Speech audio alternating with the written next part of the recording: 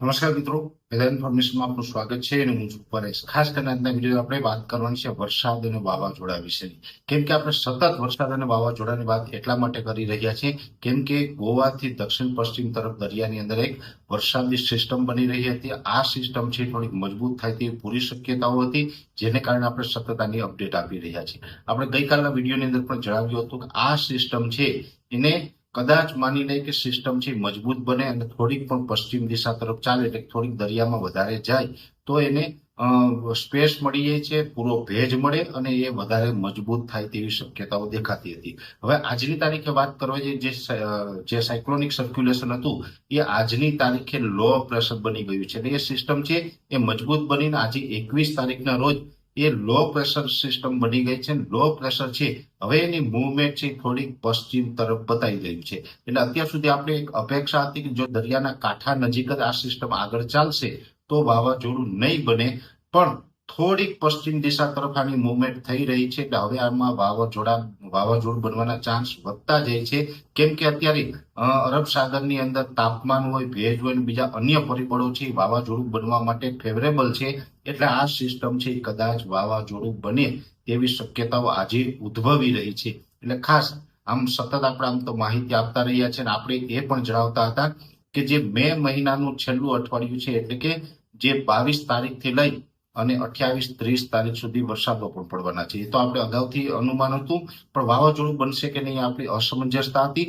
આજે આપણે એટલું કહી શકાય વરસાદ તો ચોક્કસથી પડવાના છે, પણ કદાચ વાવાઝોડું પણ બની શકે. હજુ વાવાઝોડું બને તે ફાઇનલ નથી. જોકે આપણે આવતીકાલે બપોરે એક એક્સ્ટ્રા વિડીયો મૂકીને પણ એના વિશેની માહિતી આપશું, પણ ખાસ અત્યારે એવું લાગી રહ્યું છે કે કદાચ વાવાઝોડું બની શકે કેમ કે એની મૂવમેન્ટ છે એ થોડીક પશ્ચિમ દિશા તરફ થઈ રહી છે. જો આ વાવાઝોડું બનશે તો સૌપ્રથમ અમારા તરફથી માહિતી પણ આપવામાં આવશે, પણ ખાસ કરીને આપણે કોઈ ડરવાનું કે ગભરાવાનું નથી. વાવાઝોડું બનશે તો પણ એ પછીનો ટ્રેક છે વાવાઝોડું બન્યા પછી નક્કી થાય, કેમ કે ગુજરાત તરફ આવે છે કે ઓમાન તરફ ફંટાય છે કે ગુજરાતની બાજુમાંથી પસાર થાય છે.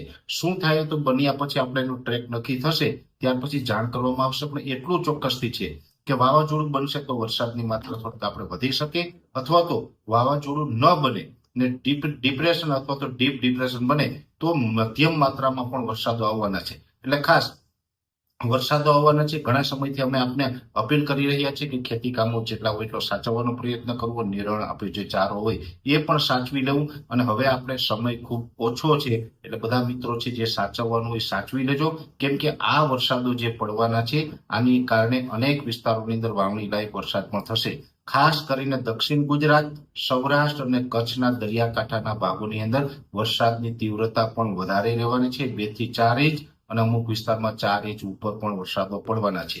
આજની તારીખે ખાસ આ વિડીયોની અંદર માહિતી એ જ આપવાની હતી કે આપણે ઘણા સમયથી એક એવી આશા હતી કે કદાચ વાવાઝોડું ન બને, પણ આજે જે મુવમેન્ટ થઈ રહી છે એ મુવમેન્ટ એ દર્શાવી રહી છે કે આ પશ્ચિમ દિશા તરફની મુવમેન્ટ છે. એટલે વાવાઝોડું બનવાનો ખતરો પ્રબળ બની રહ્યું છે, શક્યતા વધી રહી છે. માની લઈએ કે આ વાવાઝોડું બને તો આ વાવાઝોડાને નામ આપવામાં આવશે શ્રીલંકા તરફથી અને કદાચ આનું નામ હશે શક્તિ. એટલે શક્તિ નામનું વાવાઝોડું છે એ કદાચ હવે અરબ સાગરમાં બની શકે, કેમ કે વાવાઝોડું બનવાની શક્યતાઓ હવે ધીમે ધીમે વધતી જાય છે. આજે એ સિસ્ટમ છે લો પ્રેશર છે, હજુ પણ ધીમે ધીમે આગળ જતા મજબૂત થાય તો વેલમાર્ક લો પ્રેશર, ડિપ્રેશન અને ડીપ ડિપ્રેશન બને અને ડીપ ડિપ્રેશન બાદ આ જે સિસ્ટમ છે એ વાવાઝોડામાં ફેરવાઈ શકે છે. એટલે હજુ આપણે જોકે અમુક ચાન્સ 2-5 કે 20% ચાન્સ એવા માનીએ કે કદાચ આ સાયક્લોન ન બને, પણ સાયક્લોન બનવાના ચાન્સ છે એ વધારે છે. છતાં પણ કોઈ ડરવાનું કે ગભરાવાનું નથી. સાયક્લોન બન્યા પછી પણ ગુજરાત તરફ આવે કે બીજા વિસ્તારોમાં ફંટાય તે આપણે આગળ ઉપર માહિતી આપશું. અત્યારે આ વિડીયોની અંદર એટલું. આવતીકાલે એક્સ્ટ્રા વિડીયો મૂકીને બપોરે વિશેષ માહિતી આપવામાં આવશે. દરેક મિત્રો આ વિડીયો લાઈક આપીને દરેક ગ્રુપમાં શેર કરવો અને આપણે આ ચેનલને સબસ્ક્રાઇબ કરવી. રજા આપશો. નમસ્કાર.